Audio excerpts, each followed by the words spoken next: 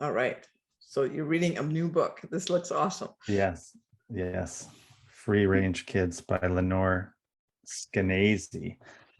I think she's a journalist, but she's just, and I've seen her give talks with other social psychologists who I greatly admire, Jonathan Haidt, who wrote The Coddling of the American Mind.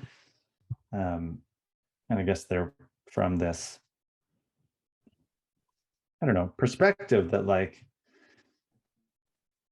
there's a whole host of factors that have led to the current mental health catastrophe for young people. And there's all the numbers show how young people are more anxious, more depressed, more suicidal, all those kind of things, less resilient, more in need of protection and safety and all that kind of stuff. And they outline how that all happened to the best of their ability, from the rise of overprotective parenting to social media to quote unquote safe spaces and all that kind of stuff, and how our,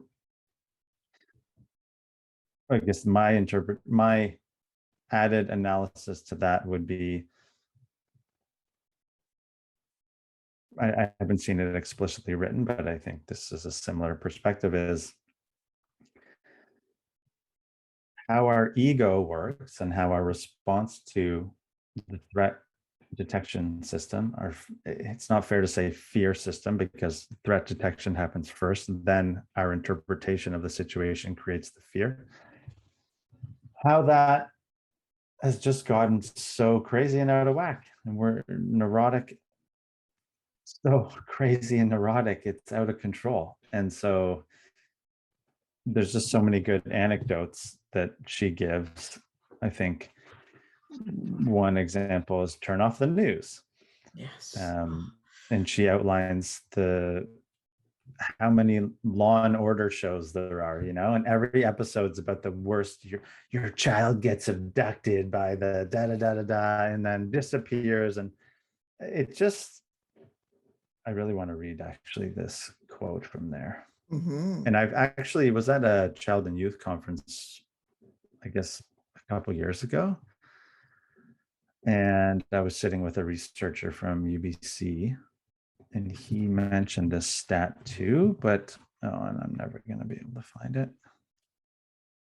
Basically, and I'll stop talking, is how actually safe our kids are. They've never been more safe. We've never lived in as good of a society as we live in now. And yet our parenting and the way the schools treat kids is just crazy. Here we go. I found it. So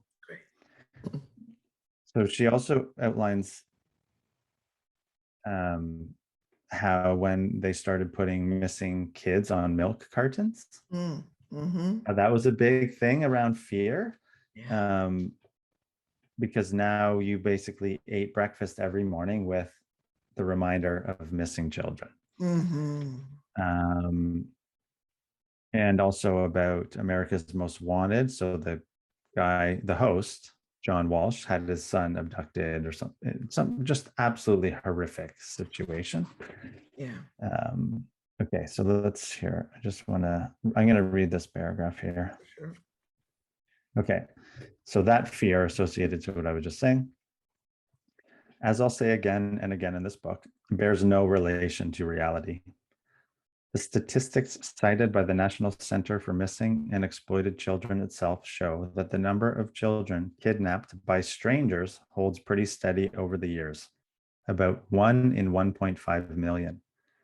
Put another way, the chances of any one American child being kidnapped and killed by a stranger are almost infinitesimally small. I can't say that word right now. At 0.00007%. Put yet another, even better way, by British author Warwick Cairns, who wrote the book How to Live Dangerously. If you actually wanted your child to be kidnapped and held overnight by a stranger, How long would you have to keep the child outside unattended for this to be statistically likely to happen? The way I heard was if you put your kid on a busy street corner, Young and Bloor or Young and St. Clair in Toronto, how long would they have to stay there to be kidnapped by a stranger? About 750,000 years. What? And after the first, yeah. And after the first 100,000 years, you couldn't really consider them a kid anymore. I mean, it's just so crazy. And like, as a psychologist, you know how the mind, how the fear in the mind and the worry in the mind can be so disconnected from the reality in front of somebody. Totally. Yeah. And also how hard that can be to let go of, because there's such a sense of control and fear. And anyway, Completely. that's pretty wild. And so Hugely wild and reassuring. yeah. Like that's such an important statistic and comment, right? So, you know, applauding everybody who researched that, because that's huge, right? So I really hope that everybody watching, all these parents watching, are truly like, we're going to step back and realize like that's how likely it is. Like, meaning it's unlikely. It is very, very unlikely, and that we can't let our kids go bike riding with their friends on their own, right? Yeah, right. Yeah. You know, so because that's one thing that I find that, like, when I'm talking to parents, everybody's like, keep your kids at home, or have play dates at home, and I get that, and that's fine to some degree, and having home visits are great. However, you know, nature is important. Getting fresh air is important, and we can't run after them. Like, how many it's nice to do family bike rides and family events and everything outside, but we don't have time to constantly be out there with them, right?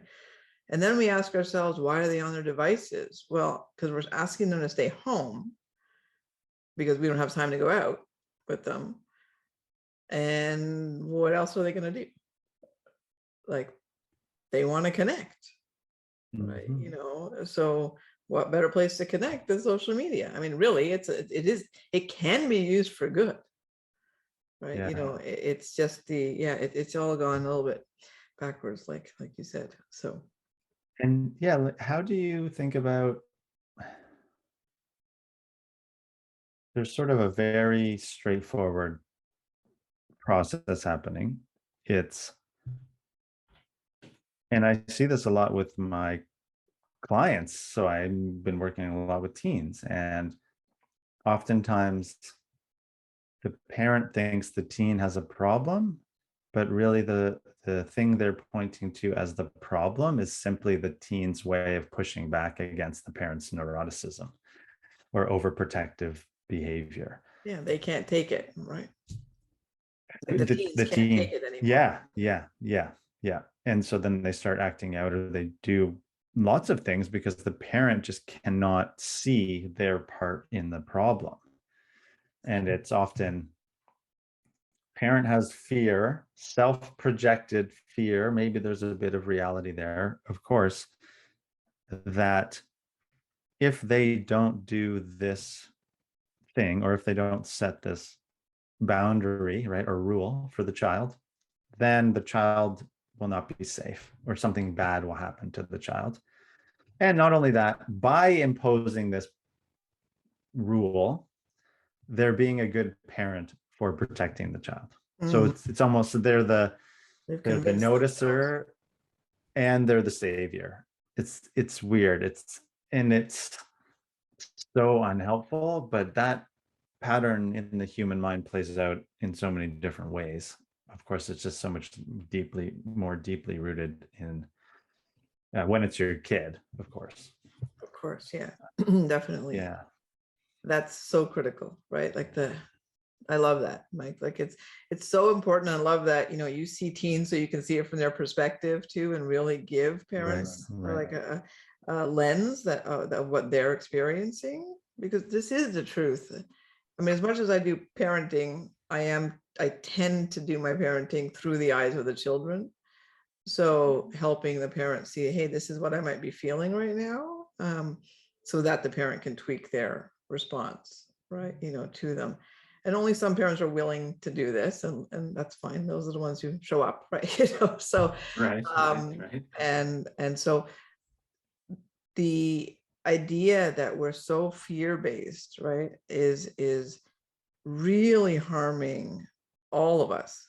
One, Yeah. I'm fearful. I'm full of fear now. My body is now in this constant threat mode, right? Which is not good for me and my health as a human, Yeah. right? Yeah. Because of that, I am now inducing fear in my child because I'm freaking out. Oh no, be careful, right? Oh no, don't do that. Be careful. But everything's a be careful, right? That's the message, right? So, and then they are now fear, like, oh my gosh, should I be careful? Like what? And now they're hyper vigilant. And then we have this extra layer, which is so important to me, which is that when the child looks at the parent for reassurance or guidance or some sense of security, all they see is a freaked out parent. And that's a new layer of chaos in the child now too. So this is really important to recognize that we're actually, it's like a cycle, right? And we're fulfilling it by continuously being nervous and fearful. And look, our job is to keep our children safe. Obviously, it's the foundation. If they're not safe, if they're not alive, what's the point, right? So we have to definitely keep them safe. It's the degree of what safety means. And so you quoting that stat was huge, right? Like just, yeah, like that's not the unsafe thing, right? Let them live, let them do their thing. I mean, people do jump out of airplanes. You did, right? Yeah. So, like, I'm even debating whether I should, which is like a shocking statement coming out of me, because it's excitement and it's adventure and it's, yeah, there's just so much to life. And we're just keeping them in this tiny little space. And because of social media, we think that they're often, and look, there definitely is something to be said for social media and reinforcing negativity. I get that. Right? Yeah, 100%. So guiding them on where they're going in terms of what they're looking at kind of needs to be done from a younger age, right? Like, what are we sort of saying? Hey, this show looks interesting, or this one doesn't. Like, to me, Dora was a wonderful show, right?